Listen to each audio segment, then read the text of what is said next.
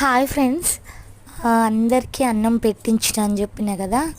ఇంకా లాస్ట్ కొంచెం అన్నం మిగిలిందని చూపించిన కదా అండి ఆ వీడియోలో. సో ఇగో అండి, ఇంకా ఈ గిన్నె నిండా అన్నం ఉండే. అయితే మా ఇంటి ముందు ఉంటారనమాట పిన్ని వాళ్ళు. ఇంకా అందరు ఇంటికి వచ్చి తీసుకెళ్ళారు అన్నం.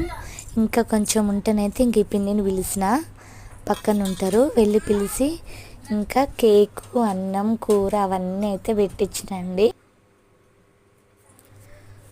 అన్నం కూర అన్నీ పెట్టించిన తర్వాత ఆ పిన్ని అయితే ఒక మాట అన్నదండి.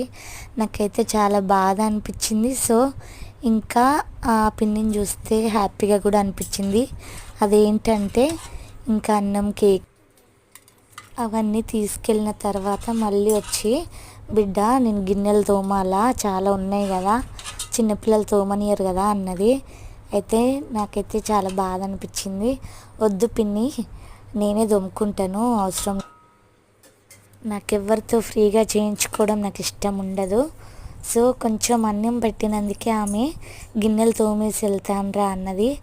నాకైతే చాలా బాధగా, చాలా మంచిగా కూడా అనిపించింది. వద్దు పిన్ని, నేను చేసుకుంటాను, నా పని నేనే చేసుకుంటా అని చెప్పగానే ఇంకా పిన్ని సంతోషించి అయితే వెళ్ళిపోయిందండి. మనం ఎంత ఎదిగినా కొన్ని స్థితులు మనం మర్చిపోవద్దండి.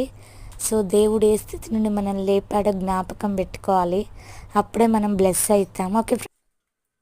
ఓకే ఫ్రెండ్స్, వీడియో నచ్చితే లైక్ చేయండి.